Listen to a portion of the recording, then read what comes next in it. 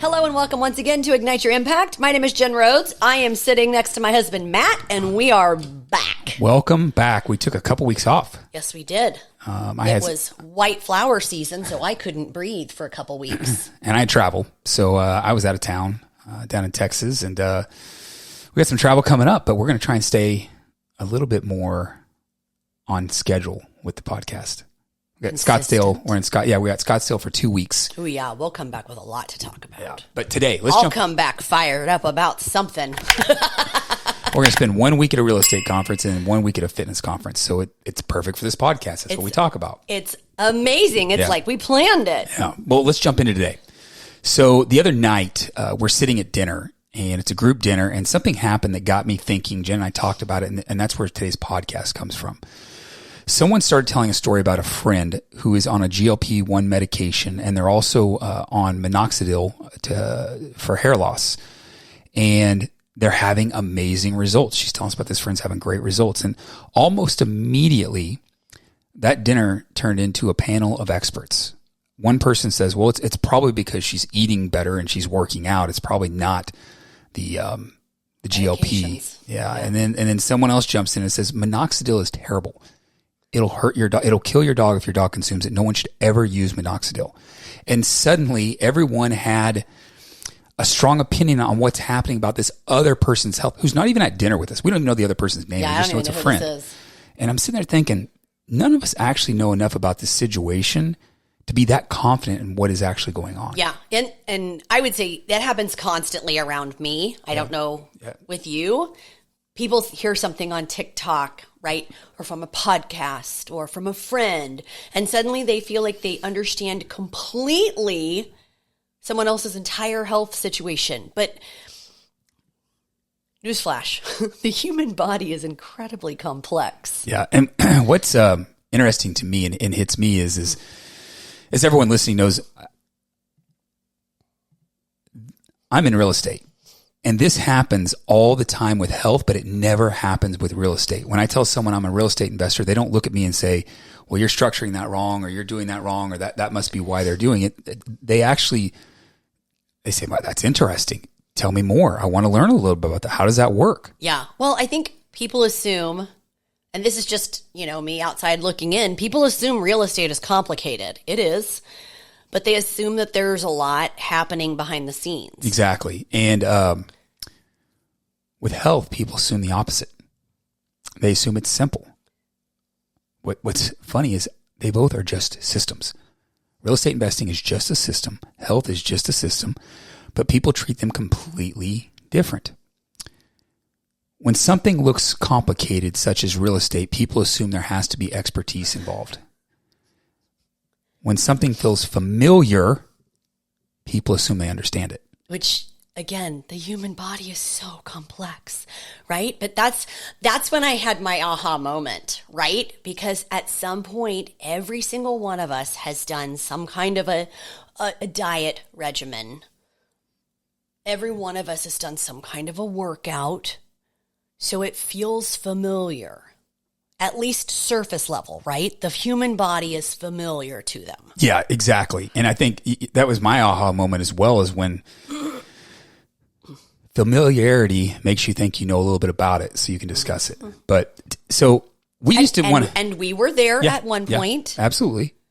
But we don't want to just discuss and complain about bad health advice today. That's not what we're doing today. I know that's kind of how we introed, but we thought it might be actually... You get fired up like my shoulders are going up. No, we thought it might be actually helpful to give everyone some practical advice. And basically 3 questions that you can ask before receiving any health advice. Yes, because if you ask these 3 questions, you will filter out a lot of noise. Yeah. So the first question is super simple. What is the context? Health advice without context is almost always wrong. Yeah.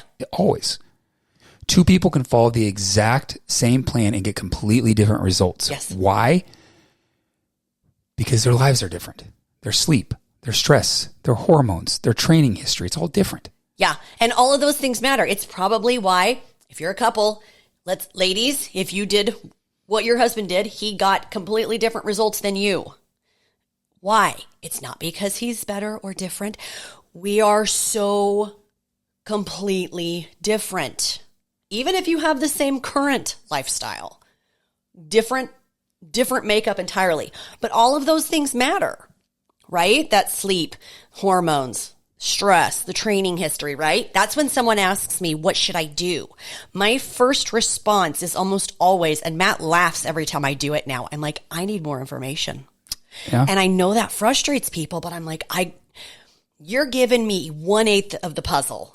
Yeah, that does frustrate people, but the truth is it's a complex system, just like the real estate investing, and more context actually matters. Yeah. I also think that people can really appreciate it too. I hear this from my clients. Like, you didn't just give me a Band-Aid solution and say, this is going to work.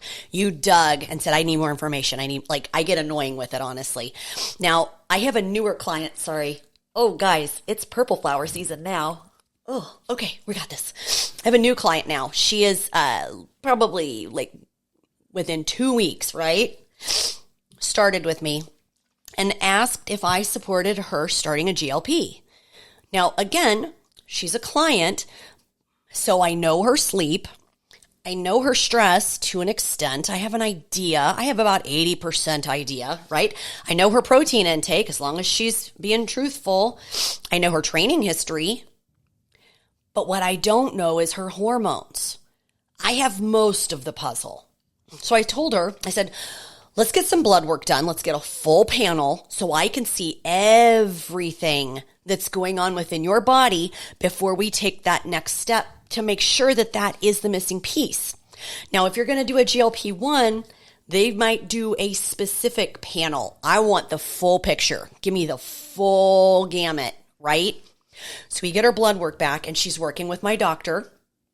And lo and behold, a GLP-1 would benefit her, right?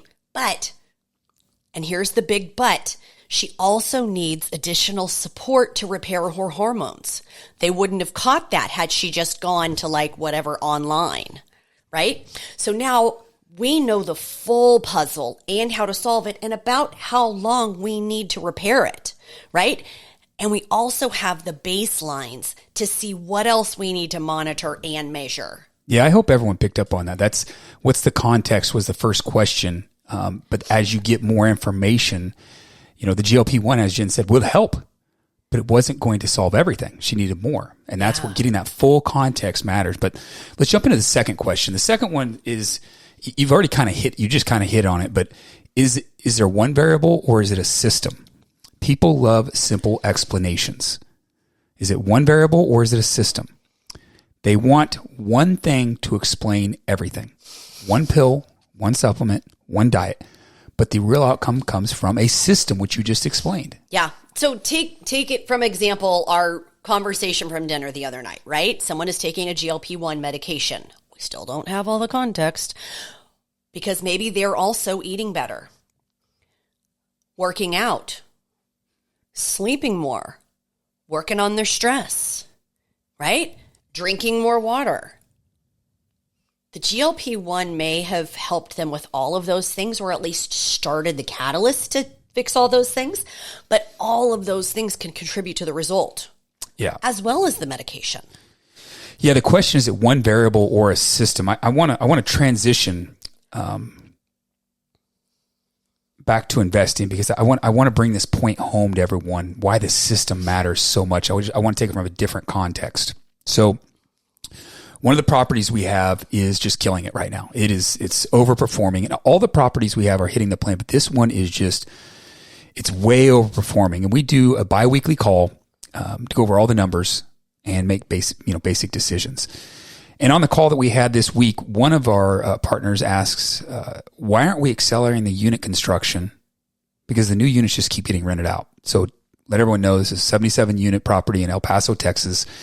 And they're all classic units. And then as someone moves out, we upgrade them to almost brand new, and it immediately gets rented out. So it makes sense. The partner, for more money as well. For more money. Obviously we get more money out of it. But the partner's asking, why aren't we doing more of these? And the partner in charge of managing the asset. So we have a group of partners. One's in charge of managing the asset in the property management company. Says, it's not just that. There's a system in place that we have that we changed about 3 months ago. Remember, we hired this new on-site manager, Raphael, and the guy is getting 5-star reviews from every person he talks to. He just naturally is good with people. We have a new marketing plan that is driving more leads to get more people into there. And he goes so on and so forth and explains this whole new system that's been going on. So the system is what is driving this, and we don't want to be overexposed with a bunch of new units. It's like, oh, that makes sense. It's about the system. It's not about one thing. So making investment decisions or health decisions without all the information can be dangerous. Mm-hmm. Real progress comes from the systems, not the hacks. Yeah. So the third question, and this is the one that people rarely ask, right?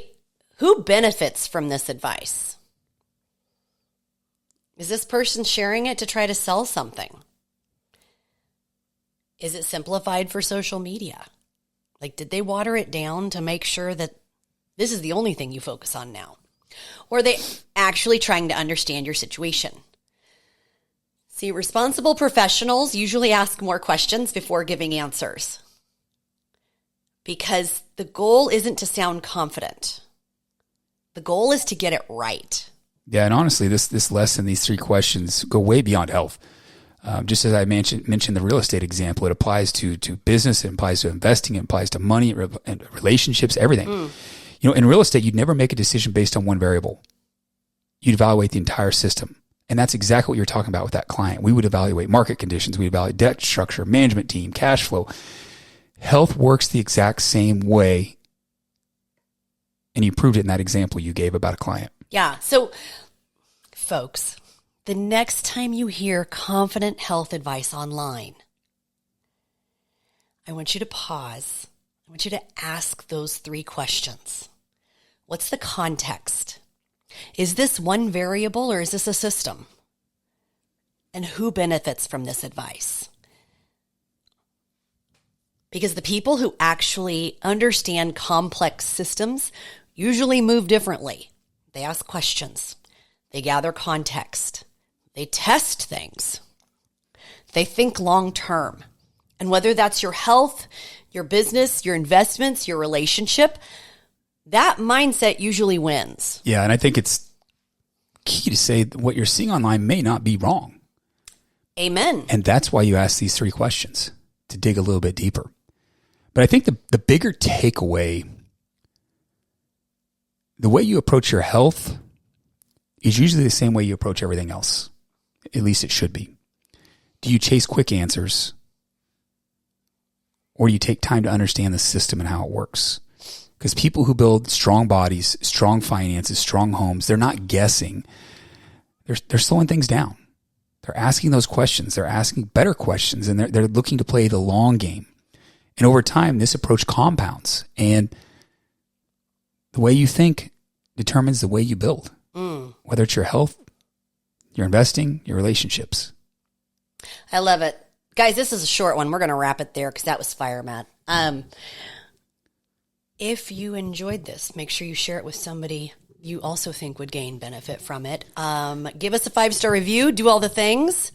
Matt, say goodbye. We'll talk to everyone next week. Yes. Have a good one, y'all.